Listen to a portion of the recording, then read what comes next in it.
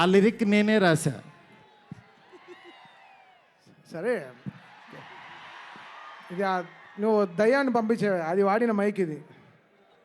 ఓ మంచిదే కదా డార్లింగ్. ఆ దెయ్యం వల్లే 4 డబ్బులు వస్తున్నాయి ఇప్పుడు. అంటే బస్ బస్ స్టాప్ నుంచి ఈరోజు ఎయిర్పోర్ట్ దాకా వచ్చావు ఆ? ఎయిర్పోర్ట్ వచ్చేసాను. అంతే ఫ్లైట్ ఎక్కడమే ఆలస్యం. ఫ్లైట్ ఎక్కి తిరిగేసి కూడా వచ్చేసాను. సక్సెస్ ఫ్లైట్ ఎక్కిస్తున్నావా లేదా మమ్మల్ని? అది నీ చేతుల్లోనే ఉంది, నువ్వే కొడుతున్నావు అక్కడ. నా పని అయిపోయింది. నువ్వు ఎంత బాగా కొడితే. డార్లింగ్ డార్లింగ్ చూడండి డార్లింగ్, అసలు ఫస్ట్ రోజు నుంచి ఈ మాట మీదే ఉన్నాడు. సరే మాట్లాడు. చెప్పు డార్లింగ్. నీ వెనక్కే నేను. చాలా మాట్లాడాలని ఉంది, చాలా చెప్పాలని ఉంది, కాకపోతే అన్నీ చెప్పు డార్లింగ్. నేను వెయిట్ చేస్తా. నీకు చాలా కామెడీగా ఉంది డార్లింగ్. మన అంతే కదా డార్లింగ్.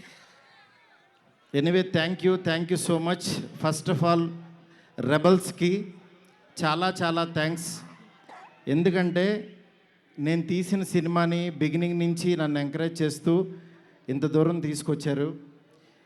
అసలు ఈ సినిమా, ఈ మూమెంటు, ఈ ఈవెంటు ఇక్కడికి వస్తాను అని అనుకుంటున్నానంటే కారణం ఇద్దరే.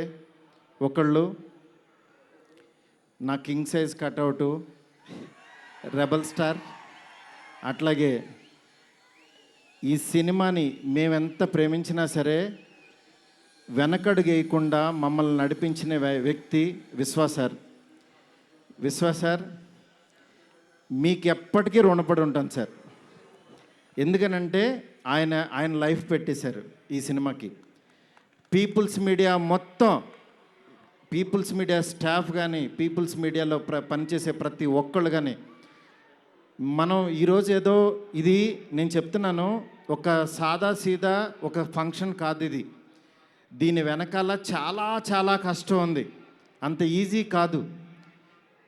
మేము ఒక రెబల్ స్టార్ని తీసుకుని వచ్చి, ప్రభాస్ గారిని తీసుకుని వచ్చి భోజనం పెట్టి పంపించేసే అలాంటి సినిమా తీయలేదు ఇది.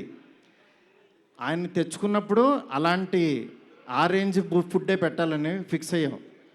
అందుకని మీకు నేను చెప్తున్నాను, థియేటర్కి వచ్చిన వాళ్ళకి మాత్రం 100% ఎంత ఎఫర్ట్ పెట్టామో మీకు కళ్ళకు కనపడుతుంది.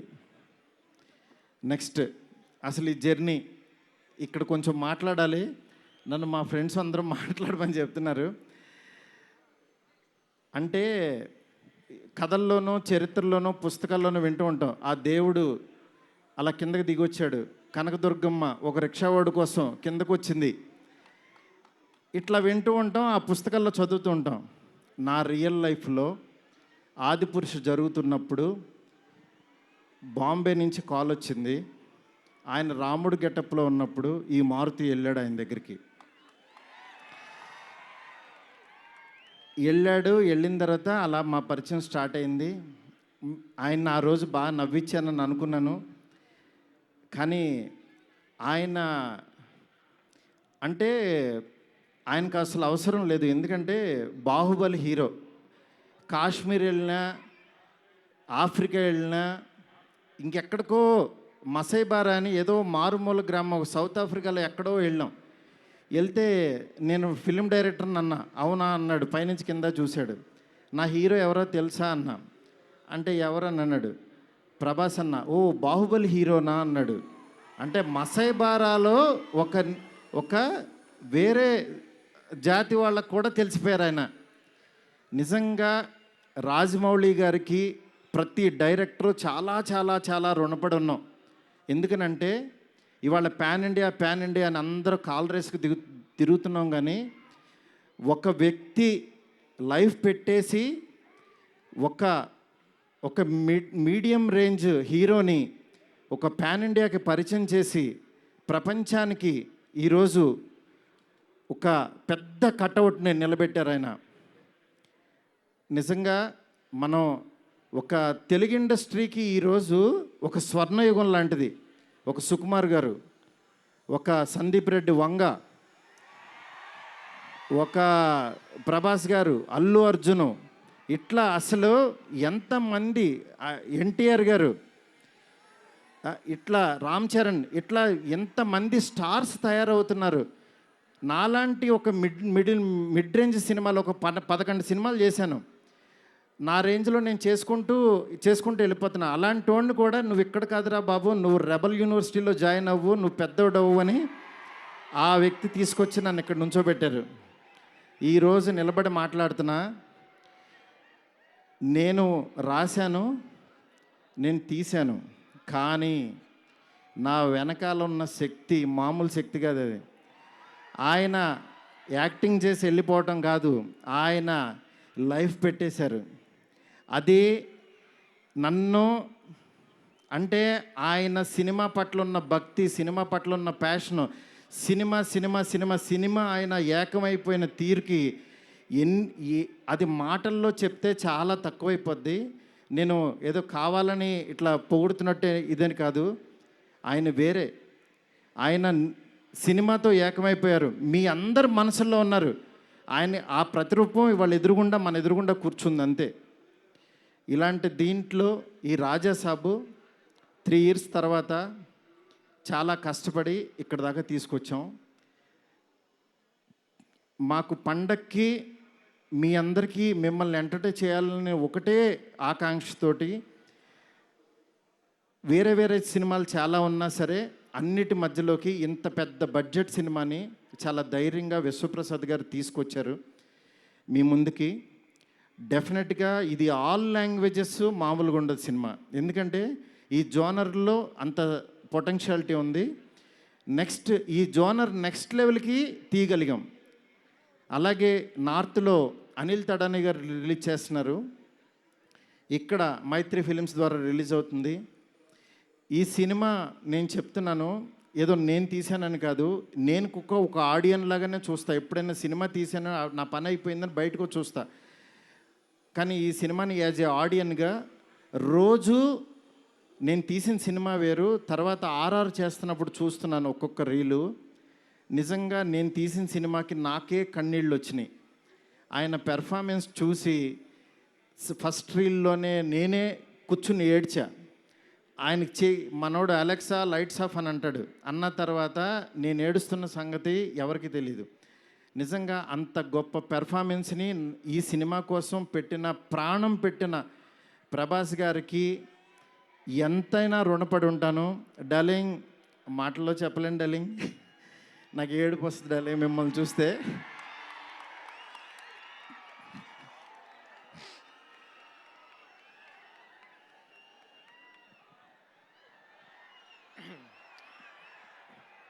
ఏ ఇష్యూనైనా టిష్యూ లాగా చూస్తావు, నువ్వు ఏడుస్తే బాధగా ఉండాలి. ఎస్కేన్, వీ నీడ్ యువర్ పవర్. ఇంకా ఇప్పడానికి ఏం లేదు, షర్ట్ ఇప్పటి యూ డిడ్ సంథింగ్ డార్లింగ్. నేను మీకు తెలీదు, ఎవరన్నా చనిపోయినా ఏడవను. ఎందుకంటే వెళ్ళి కాసేపు చూసుకుని చావు కామన్ కదా అనుకుని వచ్చేస్తూ ఉంటా జనరల్గా.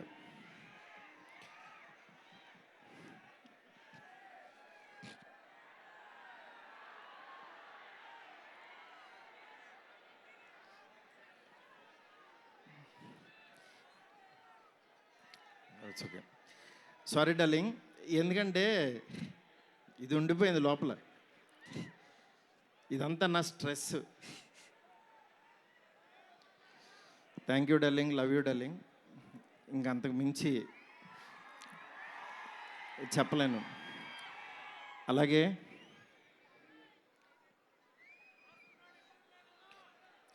ఈ సినిమాకి మాలవిక, నిధి, రిధి ఒక్కళ్ళు కాదు, ప్రభాస్, సీనన్న, నెక్స్ట్ అట్లా ప్రతి ఒక్కళ్ళు చాలా ఎంత ఎఫర్ట్ పెట్టారు. Thank you so much. మీరు ఎదురుగుండా ఉంటే నా వల్ల కాదు.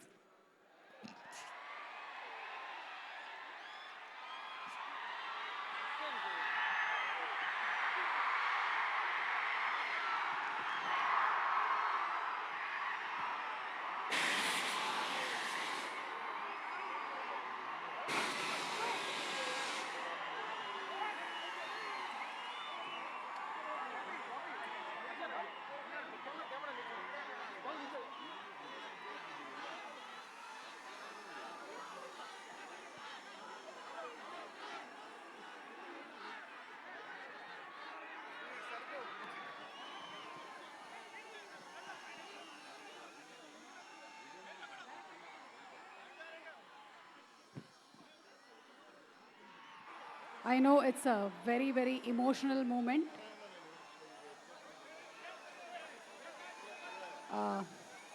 Maruti Garu, almost 3 years of journey, 3 years of friendship, 3 years of love.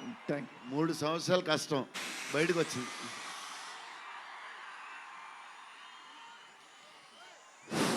అయిపోయింది, నా పని అయిపోయింది, నా డ్యూటీ అయిపోయింది. నేను చెప్తున్నాను, సినిమా చూడండి అంతే. సినిమా చూడండి. సినిమాలో మిమ్మల్ని ఎక్కడన్నా 1% డిస్సాటిస్ఫాక్షన్ చేసినా నా ఇంటి అడ్రస్ పెడతా, రండి.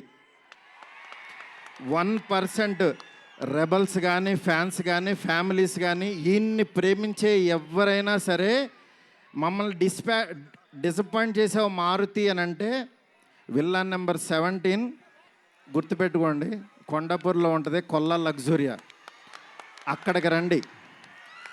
ఇన్ని రోజులు మట్టి నేను ఈయన ఫోటోని ఇట్లా చూపిస్తూ ఉన్నాను కదా, ఇప్పుడు ఈయన్నే చూపిస్తున్నా.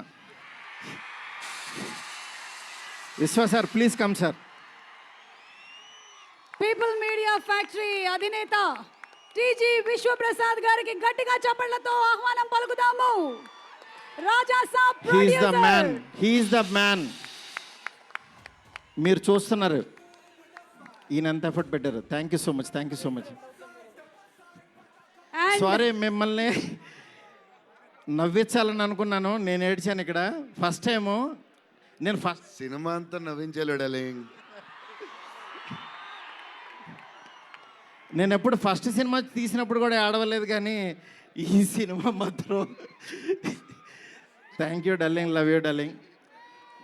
అలాగే నాకు సపోర్ట్ చేసిన నా ఫ్యామిలీ, నా వైఫ్ స్పందన, అలాగే నా పిల్లలు హియా, కేదార్, నీత, నెక్స్ట్ నా డైరెక్షన్ డిపార్ట్మెంట్, నా సైనికులు చచ్చిపోయారు ఒక్కొక్కళ్ళు.